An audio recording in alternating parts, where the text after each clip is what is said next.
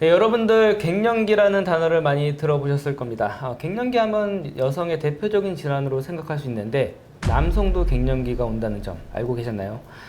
내가 최근에 굉장히 무기력하고 피로감이 있다. 그리고 체력이 너무 저하된다. 라고 생각하시는 분들 이번 콘텐츠 꼭 보셔야 될 것 같습니다. 그래서 전문의 선생님 모시고 남성 갱년기가 무엇인지 또 자가 진단할 수 있는 방법이 무엇인지 한번 알아보도록 하겠습니다. 선생님 소개 좀 부탁드리겠습니다. 안녕하십니까. 네. 저는 이제 고대 구로병원에서 비뇨기과 전문의로 근무하고 있는 안순태라고 합니다. 오늘 이제 제가 말씀드릴 주제는 남성 갱년기라는 질환이고요.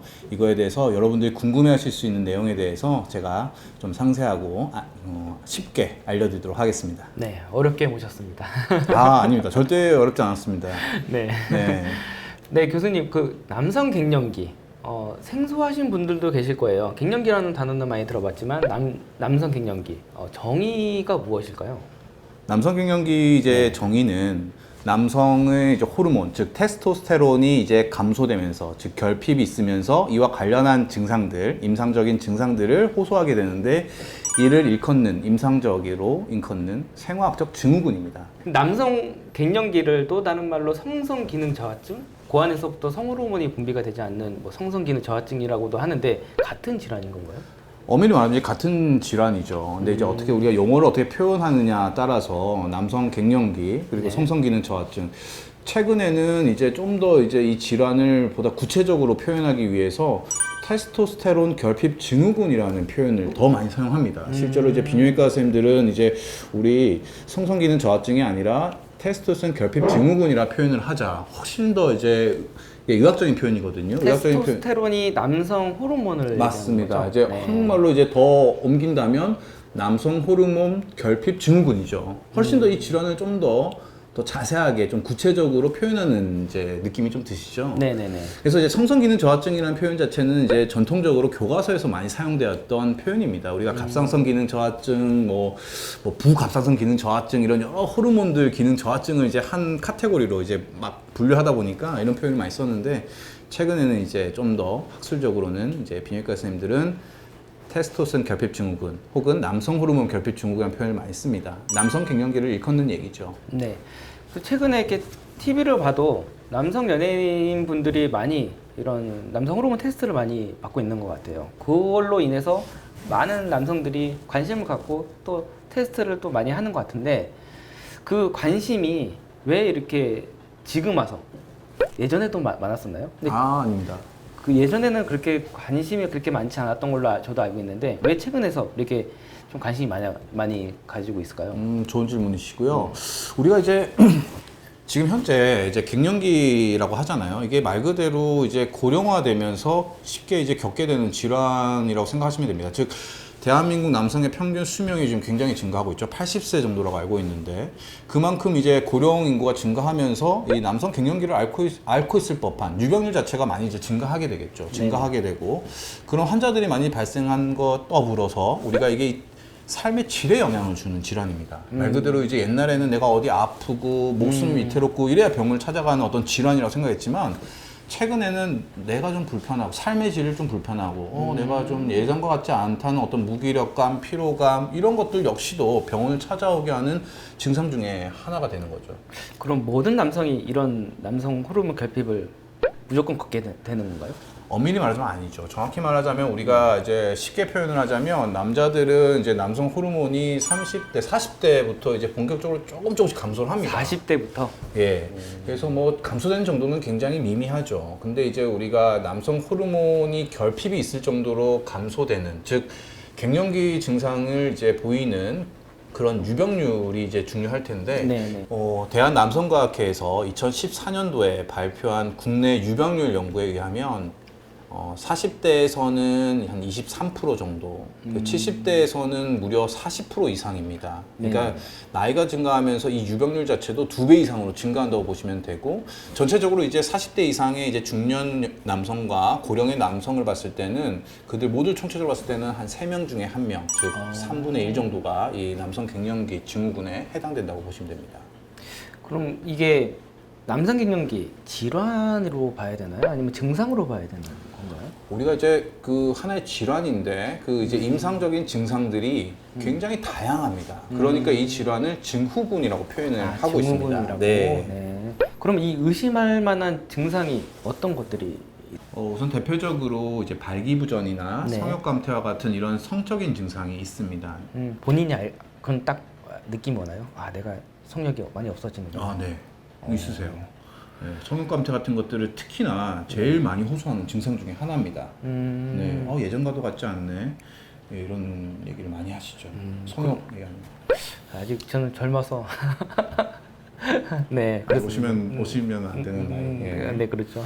그리고 뭐 피로감, 무기력함 뭐 이런 것도 좀 포함이 된다라고 네, 하는데. 마찬가지로 제가 또 추가적으로 설명을 드리면 그 외에 이제 비특이적인 증상이라고 해가지고 우리가 남성 호르몬이라다 보니까 이런 성적인 증상은 우리가 제일 가장 좀 잘 연관이 되어지실 거예요. 네. 근데 이제 비특이적으로 아까 말씀하신 뭐 무기력감, 우울증, 이런 심리적인 증상도 있고요. 네.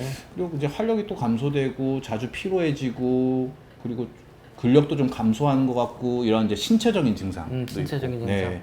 그리고 뭐 주의력 결핍이라든지 기억력이 조금 떨어진다든지 이런 인지기능 장애라든지 이런 인지기능 장애까지도. 맞습니다. 이런 것들도 남성 호르몬 감소와 연관되어 있다고 말하고 실제로 이제 이런 증상들도 남성 갱년기 증상의 여러 이제 증상 중에 하나로 알려져 있습니다. 예민해지고 막 이런 것도 남성 갱년기 증상. 좀 불안해지고 분노 쉽게 그런 것들도 또 그럴 수도 있죠. 네. 그렇군요. 그럼 아까 대표적으로 뭐 약간 발기부전에 대해서 뭐 좀 증상이 있다라고 말씀하셨는데, 네. 그럼 발기부전 치료제를 먹으면 되는 거 아닌가요? 그렇죠. 이제 우리가 발기부전 다른 영역인가요, 그거랑? 발기부전 자체는 또 하나의 질환입니다. 네, 남성 갱년기의 질환의 증상 중에 하나가 발기부전이긴 하지만 네. 발기부전 자체는 또 그 하나의 자체의 또 질환을 보셔야 되고 발기부전 오면은 이제 발기부전 환자가 왔을 때 의사들은 이제 남성 갱년기에 대한 진단을 내리기 위한 진료 과정을 하는 게 아니라 네. 발기부전과 관련된 이제 증상과 진단 과정을 하게 되고 그에 대한 1차 치료 자체는 당연히 발기부전제죠. 다만 이 환자가 남성 호르몬 감소가 같이 있는, 즉 남성 갱년기 증후군이 동반되어 있다면 치료를 좀 더 호전시키기 위해서 남성 호르몬을 보충하는 치료를 같이 병행할 수가 있는 겁니다. 그렇군요. 그러면은 아까 뭐 이렇게 진단을 통해 이런 얘기들을 많이 하셨는데, 네. 병원에 가면 어떤 진단을 내릴 수 있는 건가요? 환자는 뭐 피를 뽑아서 한다는 걸로 저는 대충 알고 있는데. 그렇죠. 네. 아까 우리가 처음에 남성 갱년기 정의가 뭐였습니까? 남성 호르몬이 감소되는 걸 일단 보여야 되고 그와 동반되는 증상이 보여야 되는 거거든요. 즉 남성 호르몬, 테스토스테론이라고 하는 이 남성 호르몬을 피검사로 감소됨을 진단이 되어져야 됩니다. 네. 환자분들이 이제 병원에 오시면 우리가 남성 호르몬을 이제 검사를 하겠죠. 네, 남성 호르몬 검사를 해서 일정 수준 이상의 저희가 이제 컷오프 밸류라고 표현을 네네네. 하는데요. 이 일정 수준의 이제 그 이하가 되면은 남성 호르몬이 감소되어 있구나라고 이제 진단할 수가 있어요. 그럼 난 정상 수치 범위에 있는데 내가 좀 그래도 활력이 없고 좀 무기력함을 많이 느끼는 것 같아요. 네네. 그러면 전문 선생님 뭐 이렇게 좀 처방대로 혹시 약을 처방을 받을 수 있는 건지. 중요한 얘기인데요. 네. 이제 우리가 남성 호르몬이 이제 우리가 3.5를 이제 우리가 컷오프 밸류라고 표현합니다. 그래서 3.5보다 좀 낮으면 이제 남성 호르몬이 감소되어 있구나라고 해서 동반된 증상이 있을 때 남성 호르몬 치료를 이제 보충요법을 시행할 텐데 그렇지 않은 분도 있죠. 그렇죠. 3.5보다 조금 높거나 아니면 좀 보더라인에 있는 경우 있을 거예요. 근데 네네. 이런 분들이 남성 호르몬이 좀 감소됐을 때 증상을 호소하는 경우가 있거든요. 이런 분들은 저희가 유리 테스토스테론이라 가지고 추가적으로 또 검사를 하는 경우도 있고요. 또 어떤 분들은 이제 실제로 남성 호르몬을 그냥 들여봅니다. 그래가지고 증상이 호전이 있는지. 그거는 거죠. 이제 굉장히 주관적인 거죠. 그거는 이제 각 주관적이라기보다는 이제 내 저희가 느낌이 오는 거 아닐까요? 그럼? 환자분의 더 증상 자체요. 그렇죠. 환자분의 증상은 주관적인 거지만 그걸 각각 평가하는 설문지들이 다 있습니다. 아, 그렇군요. 네. 아까 말씀하신 발기부전 그리고 뭐 성욕감퇴 이런 거에 대한 설문지가 있어서 어느 정도 환자의 주관적인 증상을 객관적으로 평가할 수 있는 병원에서 그렇게 할 수 있는 진단 설문지가 있습니다. 네. 내가 남성 갱년기 증후군인 것 같다라고 해서 무조건 약을 처방을 받을 수 있는 건 아니네요. 그래도 여러 가지 검사를 통해서 전문 선생님 상담을 통해서 당연하죠. 뭐 처방이 되죠. 남성 호르몬 자체를 이제 처방 받고자 한다면 결핍이 있다는 것이 있어야 진급 그런 이제 검사 수치가 있어야 이제 받는 거죠. 네, 이렇듯 여러분들 이제 남성 갱년기 내가 좀 약간 무기력하고 성욕 감퇴도 좀 있다라고 하시면은 근처 병원 어디를 가야 되나요? 비뇨기과를 가야 되나요? 아무래도 보통 네. 이제 여러분들이 호소하는 증상이 성욕 감퇴라든지 발기부전이라고 한다면 아무래도 비뇨기과를 많이 이제 가시게 될 거고요. 네. 그거 외에 이제 성적인 증상이 없이 뭐 아까 말씀하신 신체적 증상이나 뭐 이런 정신적인 증상이 있다면 내과나 가정의학과도 방문을 하실 수 있습니다. 네, 그렇게 방문하셔서 전문 선생님 상담을 통해서 네. 내 증상을 정확히 알고 좀 처방을 받는 게 중요할 것 같습니다. 네, 맞죠? 맞습니다. 이렇게 남성 갱년기에 대한 되게 총론을 좀 다뤄봤습니다. 여러 궁금증이 좀 많이 해결됐을 것 같은데 좀 나머지 공부할 게 좀 있을까요? 뭐 남성 갱년기를 의심하고 있으신 분들도 계실 거고 이 콘텐츠를 또 보시고 있는 구독자분들에게 좀 남성 갱년기에 대한 노하우나 또 남성 갱년기를 극복할 수 있는 팁이 좀 있다면 뭐가 있을까요? 굉장히 짧은 시간이어가지고 이 짧은 시간 안에 제가 여러분들한테 남성 갱년기를 정말 잘 이해시켜드리기가 좀 쉽지 않은 시간이었습니다.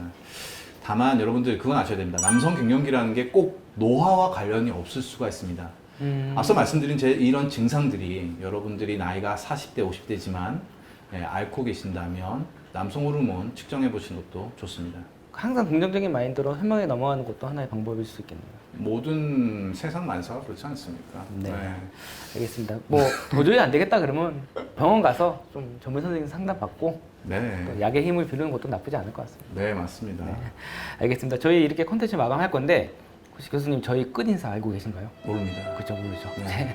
이제 건강하세요 한번 해주시면 됩니다. 건강하세요. 네, 하나 둘 하면 자 하나 둘 건강하세요. 건강하세요.